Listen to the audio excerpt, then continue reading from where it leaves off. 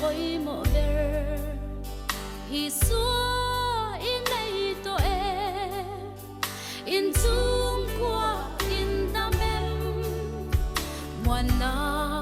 i chan thei na nang le i chung te chu chan dam na long ma troi lu twai ro Christian chung qua lal pa chen na te chu kum kwai nang kin lo an twai ve ngai lo lung pui a in sai ang king ve ngai lo cha tuan in an him ren don ani Krista rong pan mai la thil dang angai to lo him na i zon ta chu an ral le kwai anga bu seng huna liam ta chan dam kan la ni lo ti a tha phan ni a ten pa ya Christian chung qua lal pa chen na te chu kum kwai nang kin lo an twai ve ngai lo lung pui a in sai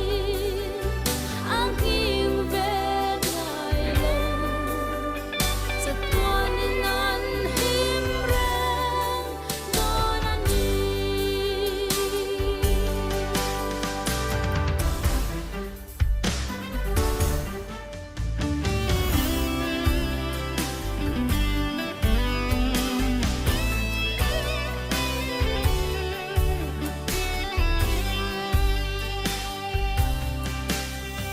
lal pa nang tel lo chua chung qua kan him thei lo him na ki mani lo ro sum le san na te bel la chu nang nge hi thil dang angai lo ve Isu nang in kan run lo moi la Christian chung qua lal pa chen na te chu kum kwai nang kin lo an twai ve ngai lo lung pui a in sai ang king ve ngai lo cha tuan in an him ren don ani